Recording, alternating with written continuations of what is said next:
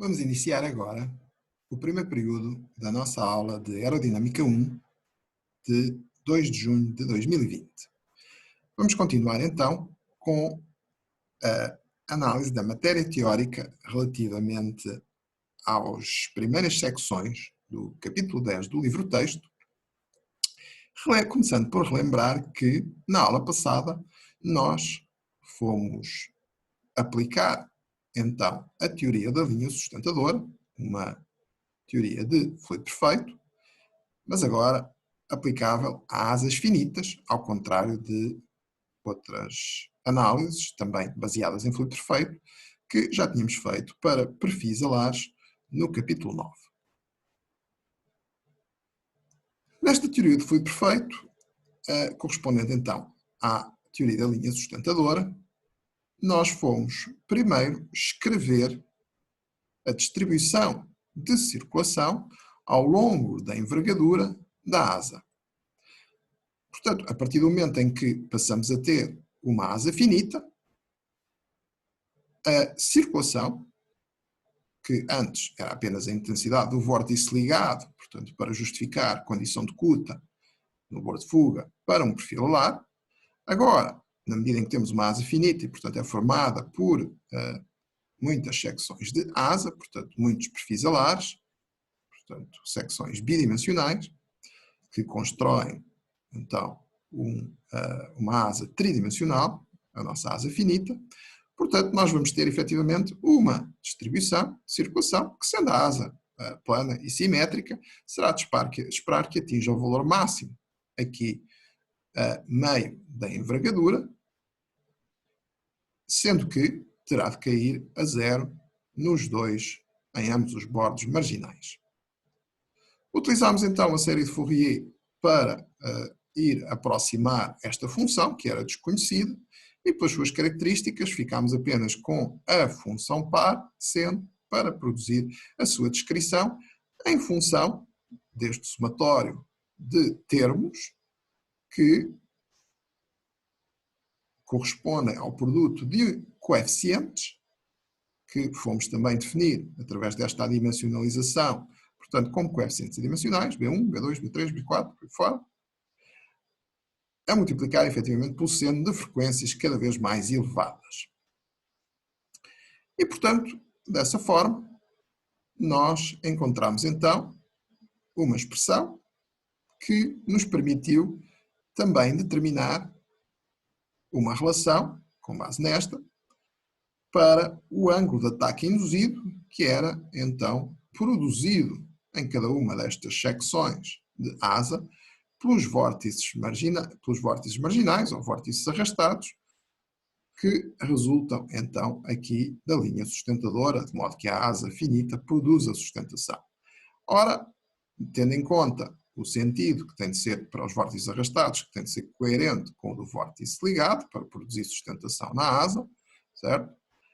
A velocidade induzida, portanto, por estes vórtices, aqui em cada uma das secções centrais da asa, é negativa, conduzindo então ao estabelecimento de um ângulo de ataque induzido também negativo. Portanto, significa que a asa estará efetivamente a operar, não nas condições que aparentemente estão pré-definidas, portanto, um escoamento com velocidade ao infinito a um ângulo de ataque geométrico alfa, mas sim a um ângulo de ataque efetivo, que vai ser inferior ao ângulo de ataque geométrico, na medida em que o ângulo de ataque induzido, por via destas velocidades induzidas pelos vórtices ligados, ser negativas, portanto, também este ângulo de ataque induzido será negativo. Como consequência imediata desta situação, verificamos que se gerava uma componente de resistência que, em fluido perfeito, portanto, para um corpo fechado, normalmente não deveria existir, de acordo com o que já discutimos anteriormente, mas, neste caso, surge por via deste efeito. Portanto, devido ao ângulo de ataque induzido, gera-se então uma força de resistência induzida em asas finitas, na medida em que, portanto, teremos de ter então estes vórtices arrastados para produzir este efeito. Se a asa for infinita, portanto, situação que corresponde a à situação, portanto, de escoamento bidimensional, portanto, já que tudo se repete infinitamente igual. E, portanto, corresponde, para todos os efeitos, à análise de um perfil alar, simplesmente, uma secção de asa bidimensional. Portanto, nesse caso, nós não temos, efetivamente, resistência induzida. Portanto, este é um resultado que decorre, de facto, de termos, então, asas finitas, aqui de acordo com a nossa teoria da linha sustentadora. Ora bem, portanto, estas relações, então, que obtivemos, permitiram-nos, então, via teorema de Kuta-Joukowski, encontrar uma expressão para a sustentação da nossa asa finita, portanto aqui este CL é da asa finita, ok? É para toda a asa, dada então por esta expressão que verificamos ser apenas função do primeiro coeficiente que usamos para exprimir a distribuição de circulação ao longo da envergadura da asa. Isto no caso da sustentação. É também função do alongamento da asa e, portanto, será de esperar que ocorra um efeito devido à asa finita, portanto, quanto mais finita ela for, menor será este alongamento e, portanto, será de esperar que, então, para as mesmas condições, nós iremos ter uma degradação do coeficiente de sustentação produzido por esta mesma asa finita.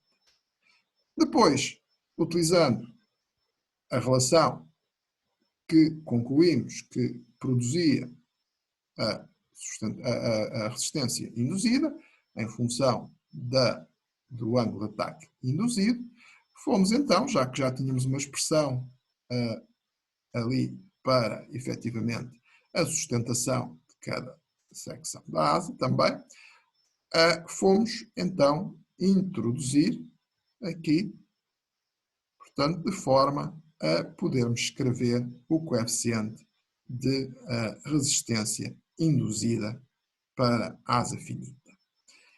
E chegamos a uma expressão que, na sua forma mais compacta, é deste tipo, portanto, em que percebemos que, efetivamente, esta resistência induzida, portanto, resulta com um preço a pagar para produzirmos um valor de sustentação, neste caso em termos adimensionais, estamos aqui a exprimir em termos de coeficientes, quer de sustentação, quer de resistência induzida,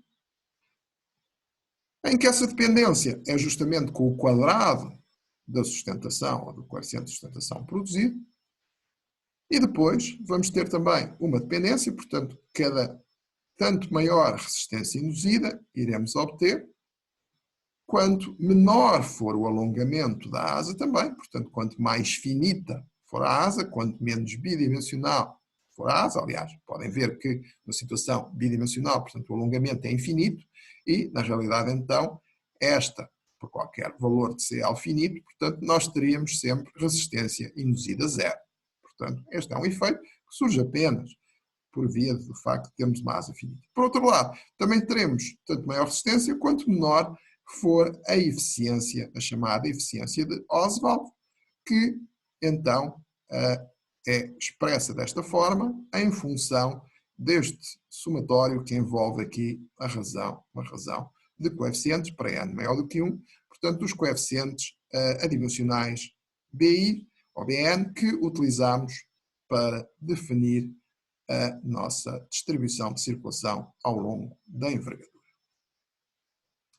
Ora bem, mas portanto, foi aqui que ficámos e olhando agora para esta expressão da resistência induzida, nós vemos que, naturalmente, podemos minimizá-la aumentando o alongamento, é o que se faz, como já referi, por exemplo, no caso de planadores de alta eficiência, portanto, tentamos que as aeronaves esse tipo de aeronaves tenha um alongamento máximo, de maneira, efetivamente, a reduzir a resistência induzida por via desse efeito. No entanto, até por limitações operacionais, nós temos em determinadas aeronaves, portanto, limitações em termos do alongamento, que acaba por se refletir, portanto, para um determinado valor de corda, portanto, a expressão relaciona o alongamento com a envergadura, portanto, e a corda, portanto, para um determinado valor de corda, naturalmente isso vai implicar, se quisermos aumentar ainda mais o alongamento, teremos que aumentar a envergadura, e, portanto, existem para determinadas aeronaves, portanto, efetivamente, limitações do ponto de vista operacional que não permitem que continuemos a aumentar os valores da envergadura e, portanto, temos valores de envergadura muito elevados, até porque depois também existem outros aspectos que terão de ser levados em consideração em função dessa mesma envergadura. Mas, de facto, então, outra via possível para, portanto, assumir uma envergadura fixa, por hipótese, ou um alongamento fixo, podemos minimizar, então, a resistência induzida, neste caso, na forma do seu coeficiente adimensional, será maximizar a eficiência de Oswald. E, portanto, qual é que é, olhando para a definição desta, qual é que é o valor máximo? O valor máximo, naturalmente, será 100%, portanto, quando delta for igual a zero.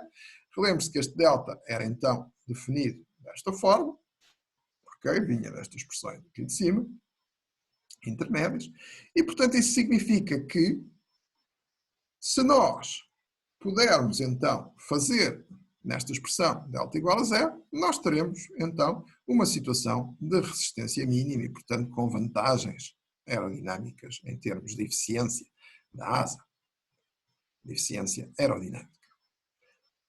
Ora bom, reparem que, portanto, este somatório é para n maior do que 1, portanto, começa com n igual a 2, não é?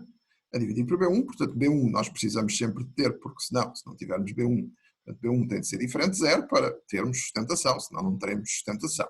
Não é?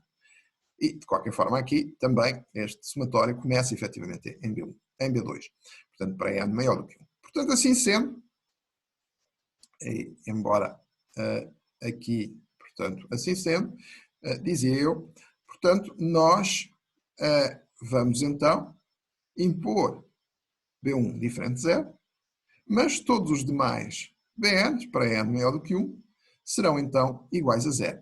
Esta será a situação que nos permite então maximizar a eficiência de Oswald na medida em que fazemos delta igual a 0. Ora, nessa situação, voltando à nossa expressão, portanto, geral aqui para a distribuição de circulação na nossa asa finita, simétrica, portanto, nós resulta então esta expressão, pura e simplesmente, já que ficámos apenas com o coeficiente B1, portanto desapareceu o somatório, ficou apenas o primeiro termo, B1, seno de n igual a 1 vezes θ, ou seja, seno de θ. Ora bem, naturalmente que nós sabemos também, para esta asa simétrica, portanto para esta asa plana, nós vamos ter o valor máximo de sustentação aqui a meio, portanto eu volto a lembrar, esta aqui é a distribuição de circulação, esta aqui é apenas um semicírculo, portanto para nos relacionar a posição ao longo da envergadura, portanto chamamos eixo Z, com, portanto, aqui o ângulo θ que usamos nesta forma, como foi referido, portanto, para quando fomos exprimir a circulação em série de Fourier, portanto, na medida em que é uma soma de senos e cossenos, portanto, dava mais jeito de termos um ângulo, e, portanto, fomos relacionar, então, Z com este ângulo, de maneira a percorrer, então, a envergadura, desde aqui, o nosso lado direito, menos semi-envergadura S, até mais semi-envergadura S do lado esquerdo. Portanto, tínhamos esta relação a relacionar ambos.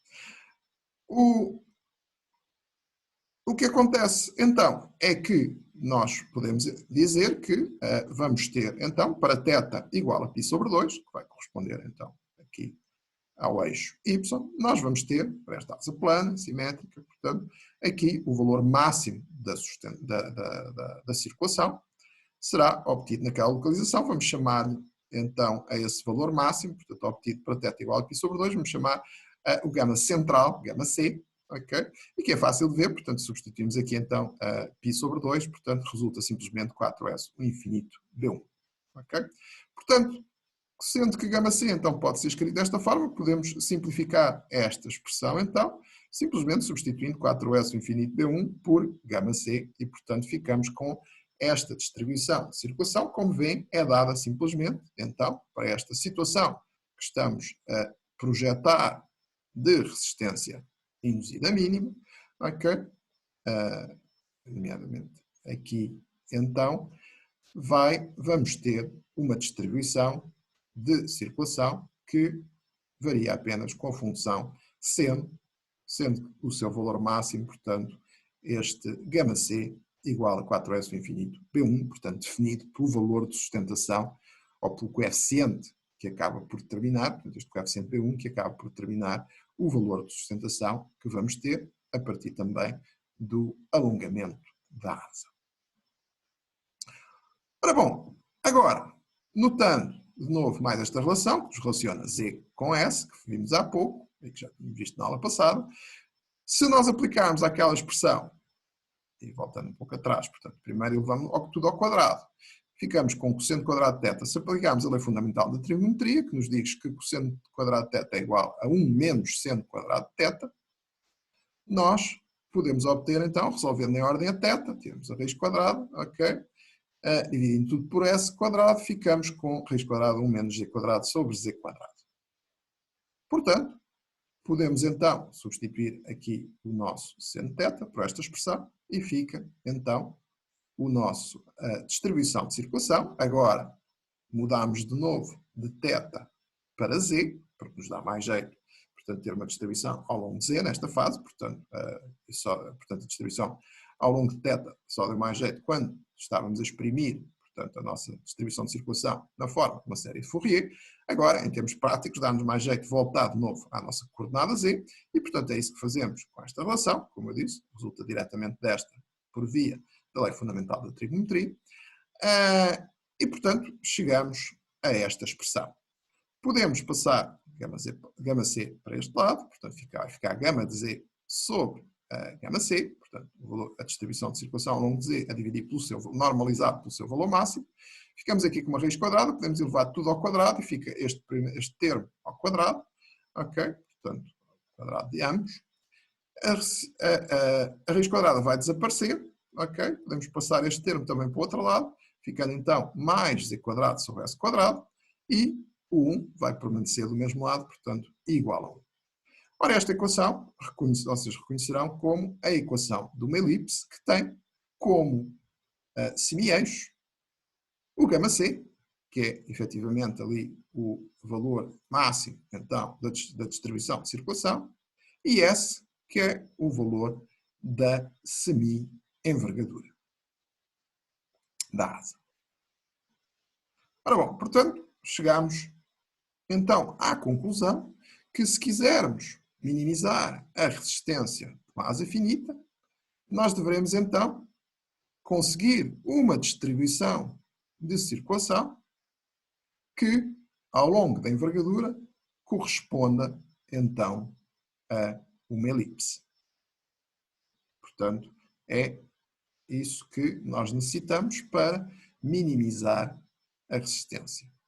Portanto, chama-se a isto, no fim de contas, então, esta distribuição de circulação para resistência mínima, então, uma distribuição elíptica de circulação, já que, portanto, irá ser, então, descrita pela equação de uma elipse.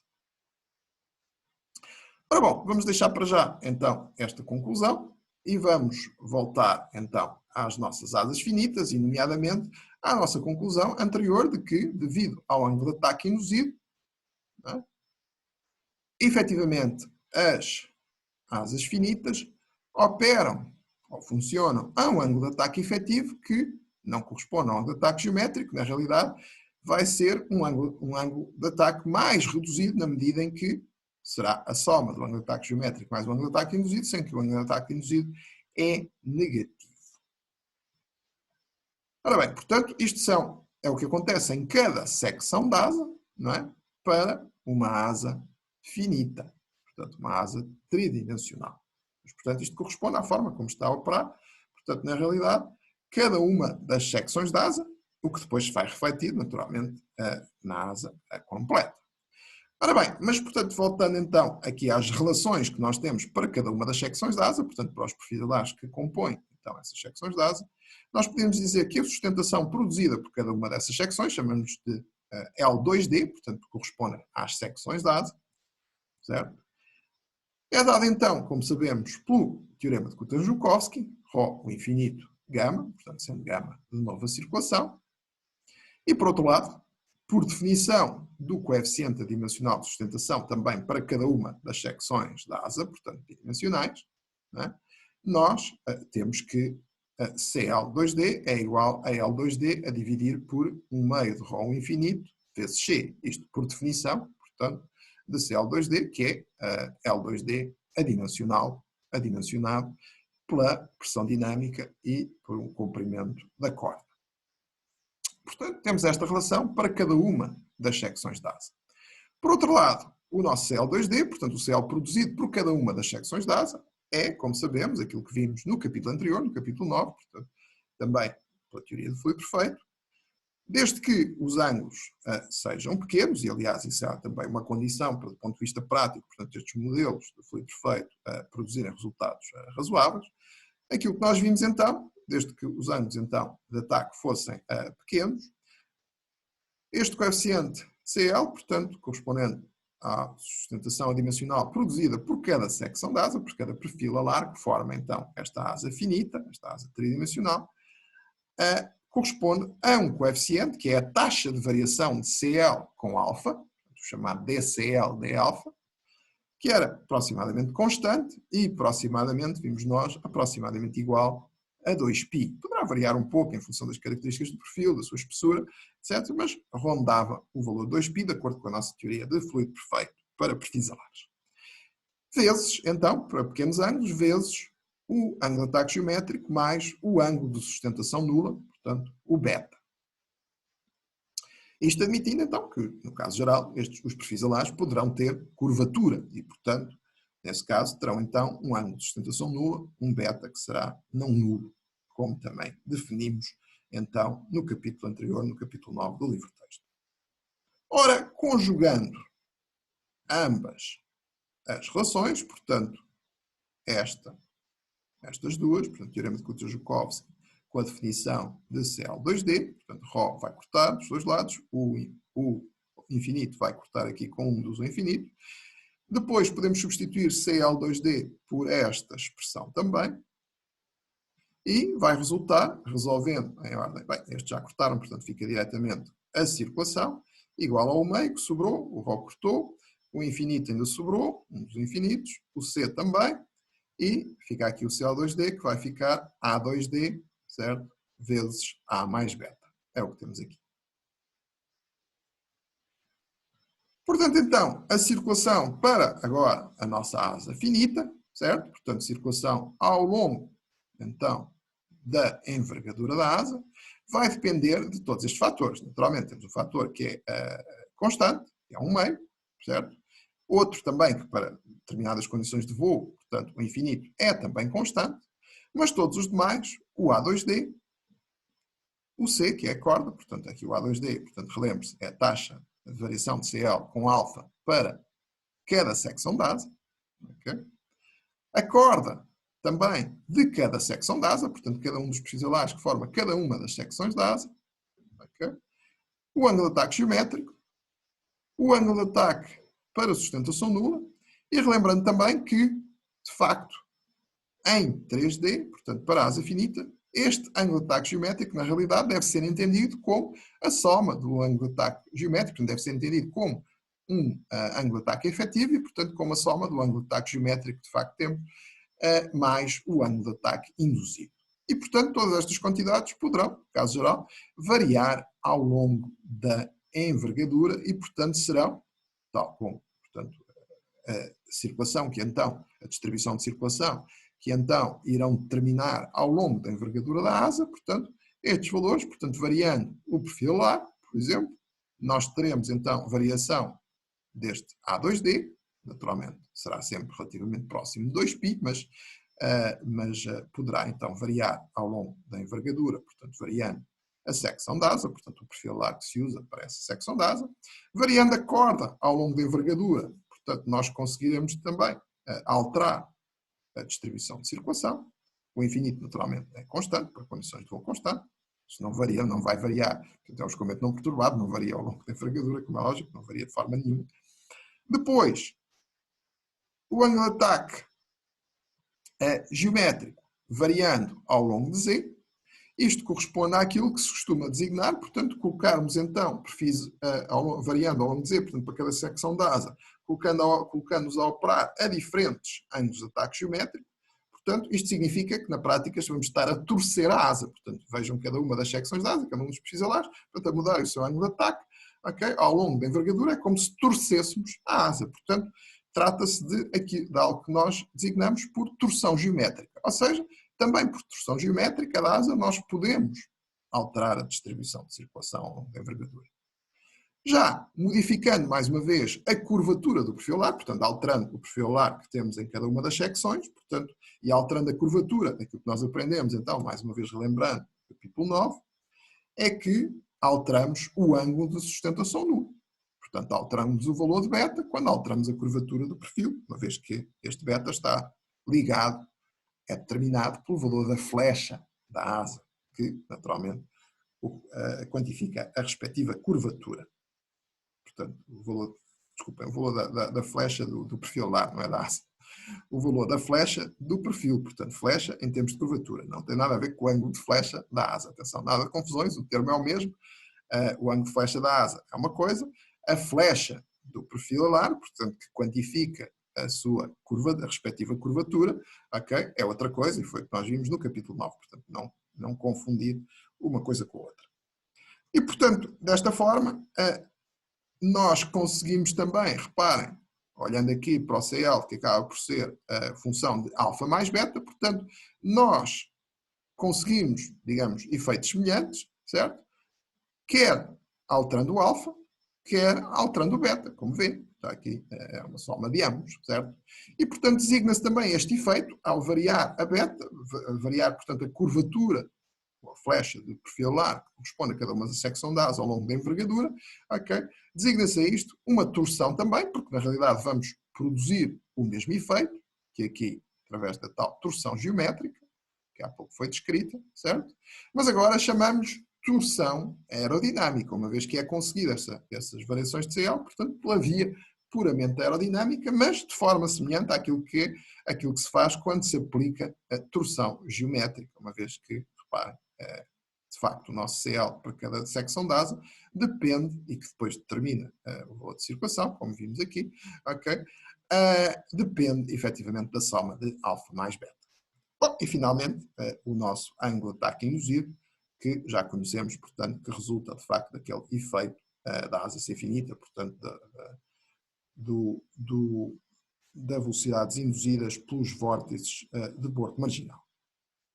Ora bem, mas podemos ligar, chegados a esta fase, portanto, podemos chegar aqui a uma conclusão importante se ligarmos esta relação com aquela que obtivemos há pouco, portanto, correspondente à tal distribuição elíptica de circulação, que, relembre-se, era a que nos permitiria obter uma asa finita de resistência mínima.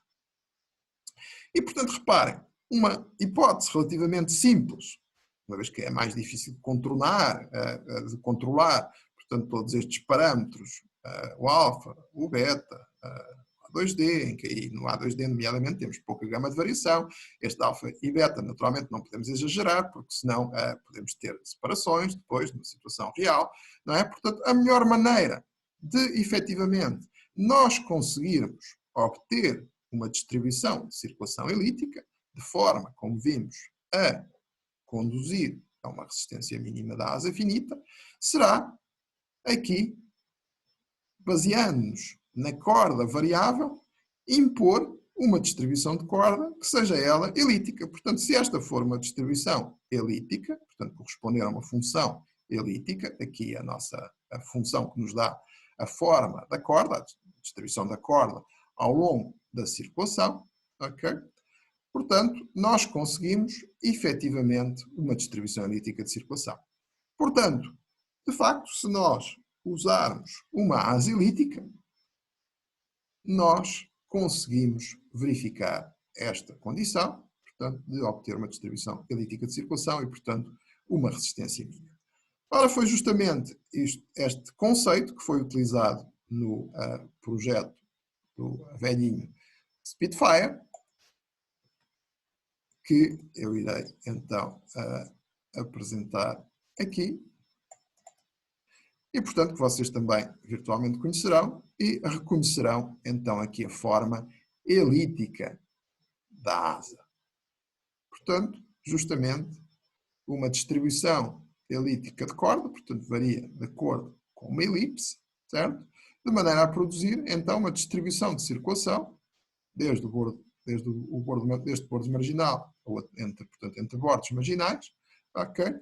Que corresponde, então, a tal distribuição elíptica, portanto, e por essa via obtendo uma resistência mínima. Naturalmente que aquela resistência induzida soma às resistências aerodinâmicas de natureza viscosa, que ocorrem também na aeronave, mas minimizando aquela contribuição, por hipótese, por exemplo, para a mesma potência do motor, não é?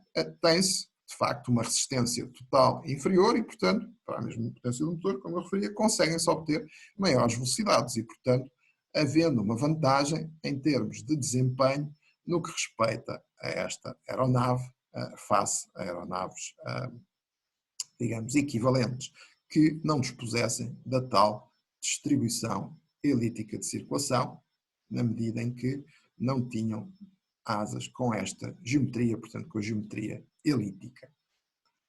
Naturalmente que há, digamos, complicações associadas à construção de uma asa elíptica, na medida em que, como veem, em vez de termos longarinas retas, como é o caso mais habitual, e nomeadamente as longarinas aqui, temos de ter uma longarina central, naturalmente, na mesma, mas aqui a definir cada um dos semi-eixos, portanto, da asa, mas as longarinas de bordo de ataque e de bordo de fuga, efetivamente, elas terão de ser curvas, o que, do ponto de vista construtivo, é naturalmente mais complexo e, portanto, uma aeronave mais complexa de construir, embora com as vantagens em termos de desempenho aerodinâmico que foram referidas. Hoje em dia, naturalmente, torna-se mais simples, com os materiais compósitos, portanto, de obter efetivamente estas longarinas curvas.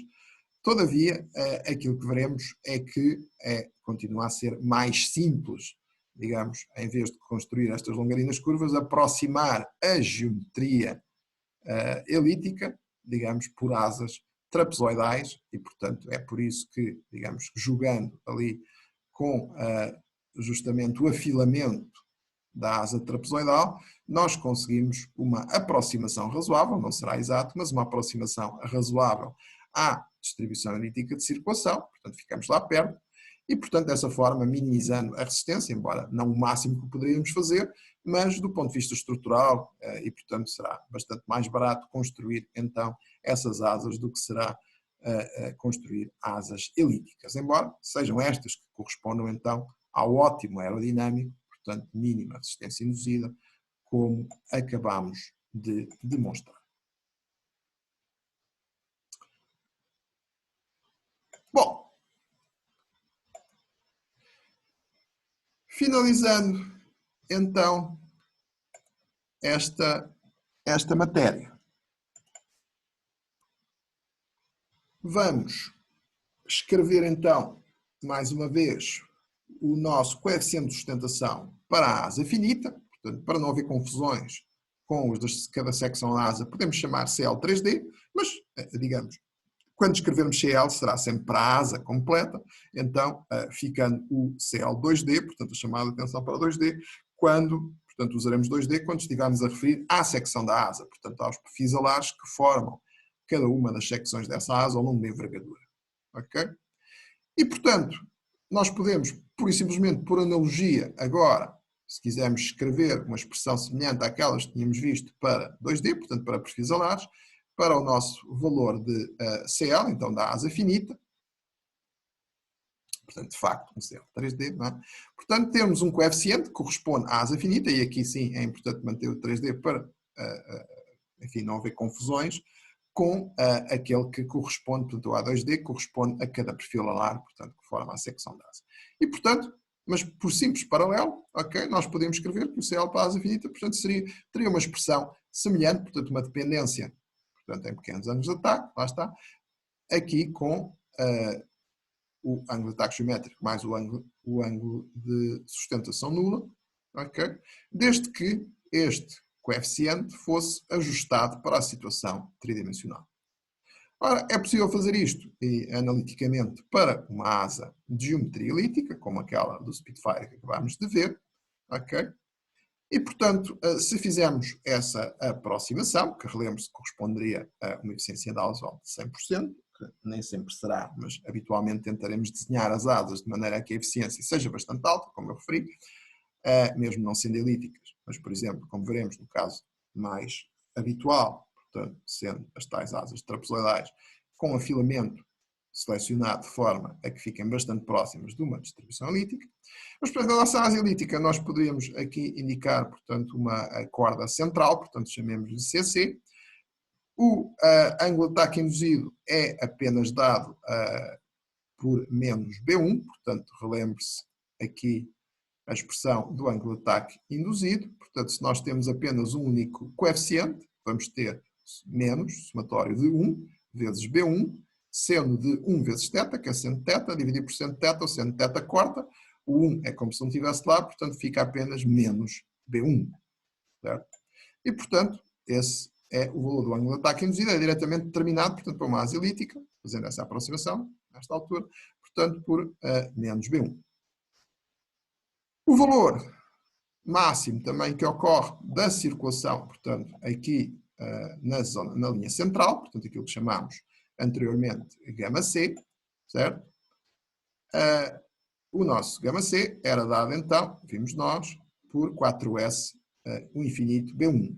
Ora, essa é a semi-envergadura, portanto, semi-envergadura é metade da envergadura B, certo? Portanto, isto pode ser escrito como 2B, o infinito B1 também. 2B, o infinito B1, certo?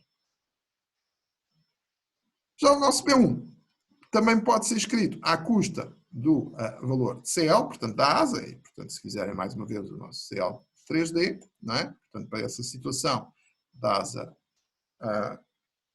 aqui, enfim, não é apenas para a asa elíptica, portanto, a expressão é sempre essa, porque na medida do CL só depende de B1, portanto, nós podemos escrever o B1 como CL da asa a dividir por π e também a dividir pelo alongamento da asa. E, portanto, é essa expressão que aqui temos, sendo que, então, para esta asa elíptica, a sua área, portanto, a área projetada, que vemos aqui, S maiúsculo, é dada por esta expressão, é a área de uma elipse, ok?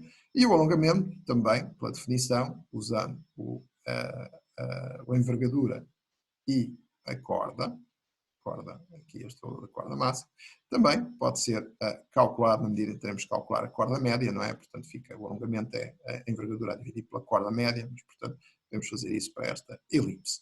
E, portanto, com essas expressões nós obtemos, efetivamente, este coeficiente, então, que pode ser calculado a partir, então, do valor de A2D, portanto, portanto conhecidas as secções, os perfis que constituem a secção das asas, ok? Portanto, que são caracterizados por um determinado valor de A2D, não há, mais uma vez, variar muito em torno de 2π, mas poderá ser ligeiramente diferente, ok?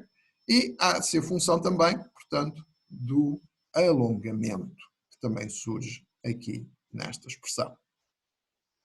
Ok? Portanto, então, o CL de asas finitas, situação 3D, naturalmente, não tendo alongamento infinito, porque se o alongamento for infinito, efetivamente, este termo vai para zero, e o A3D fica igual a A2D. Portanto, como veem, é coerente. E então, em alongamento infinito, nós teríamos um CL que seria de asa infinita.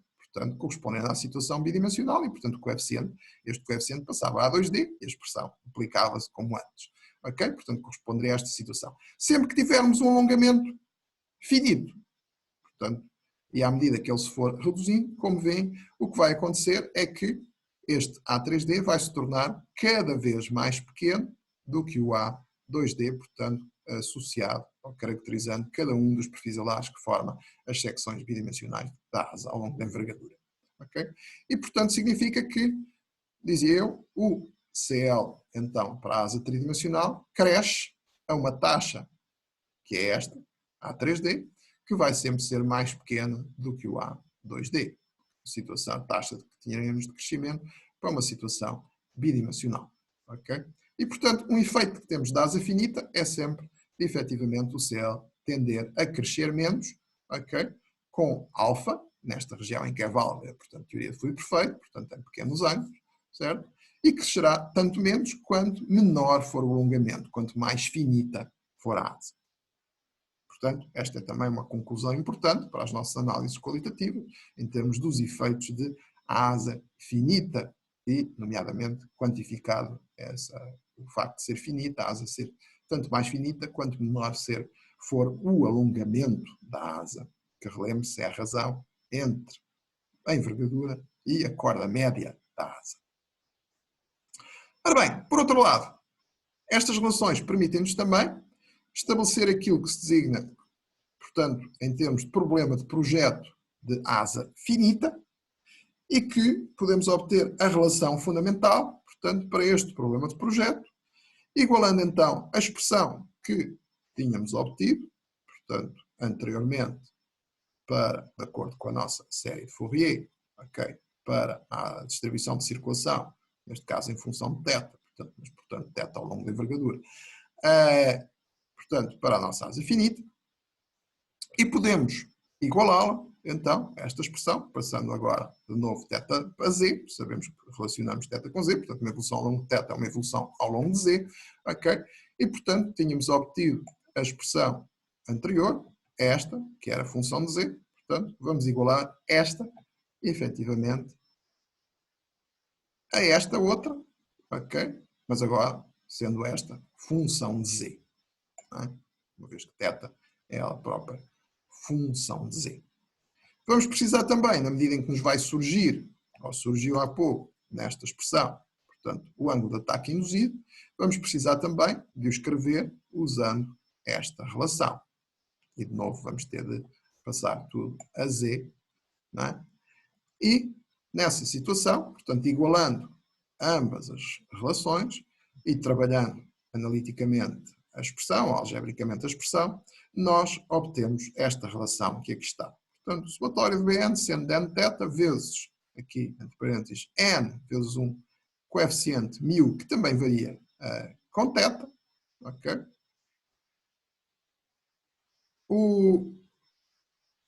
Que é dado pelo produto do A2D, portanto, o DCL de alfa para cada uma das secções da asa, vezes a corda da asa, portanto, também varia ao longo da envergadura, neste caso com θ, a dividir por 8 vezes a semi-envergadura da asa, okay? Mais seno θ, igual a, de novo, este coeficiente, μ seno θ vezes o alfa mais o beta, portanto, sendo que todas estas quantidades, portanto, poderão variar ao longo da envergadura, como vimos nesta relação, portanto, anteriormente. Aqui expressa em termos de z, passamos, portanto, temos a relação que relaciona z com θ, portanto, variar com